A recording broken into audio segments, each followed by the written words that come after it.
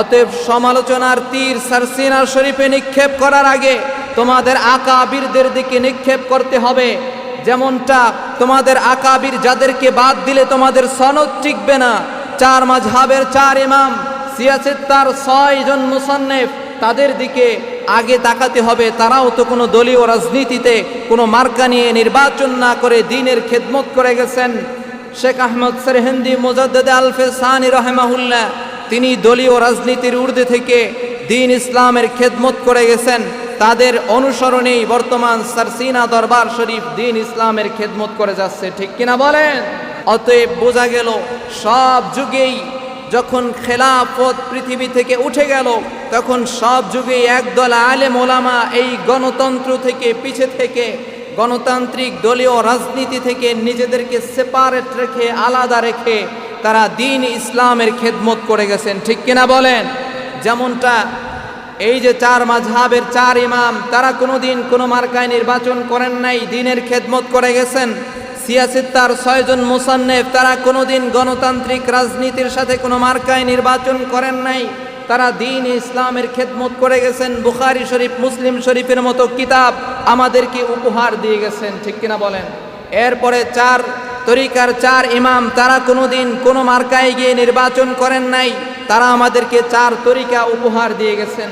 ঠিক তেমনিভাবে বর্তমান জামানায়ও একদল হক্কানি উলামায়ে কেরাম, তারা এই গণতান্ত্রিক রাজনীতি, দলীয় রাজনীতি থেকে দূরে থেকে, দলীয় রাজনীতির ঊর্ধ্বে থেকে দ্বীন ইসলামের খেদমত করে যাচ্ছেন, ঠিক কিনা বলেন? অতএব বর্তমানে যারা এই রাজনীতি থেকে সেপারেট থেকে দ্বীন ইসলামের খেদমত করে যাচ্ছে, তাদের সমালোচনা করার আগে পূর্ববর্তী আকাবেরদের দিকে তাকানোর দরকার আছে না নেই?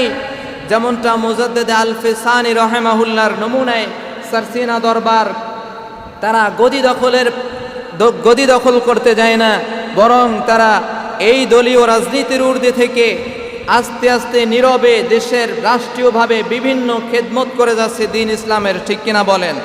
যেমনটা 1966 সালের 24শে মার্চ সারসিনা দরবার শরীফের প্রতিষ্ঠিত বাংলাদেশ জমিয়তে হিজবুল্লাহর দাবিতে গভর্নর মোনায়েম খান শিক্ষার সর্বস্তরে ধর্মীয় শিক্ষাকে বাধ্যতামূলক ঘোষণা করেছেন।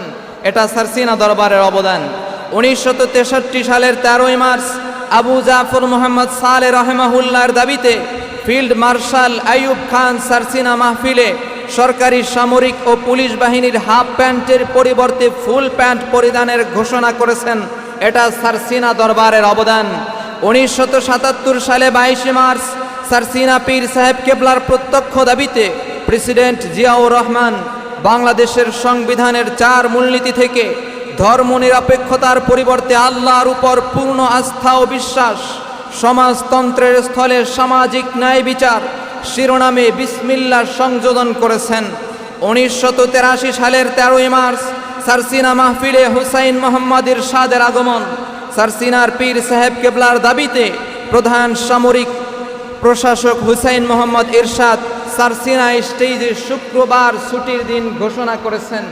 এইভাবে সারসিনা দরবারের অসংখ্য অবদান রাষ্ট্রীয়ভাবে আছে না নাই? অতএব সারসিনা দরবার তারা দলীয় রাজনীতির ঊর্ধ্বে থেকে সালফে সালিহিনদের, পূর্ববর্তী আকাবেরদের অনুসরণ করে তারা এই দেশের রাষ্ট্রীয় খেদমত করে যাচ্ছেন, ঠিক কিনা বলেন? অতএব সমালোচনার তীর সারসিনা শরীফে নিক্ষেপ করার আগে তোমাদের আকাবিরদের দিকে নিক্ষেপ করতে হবে।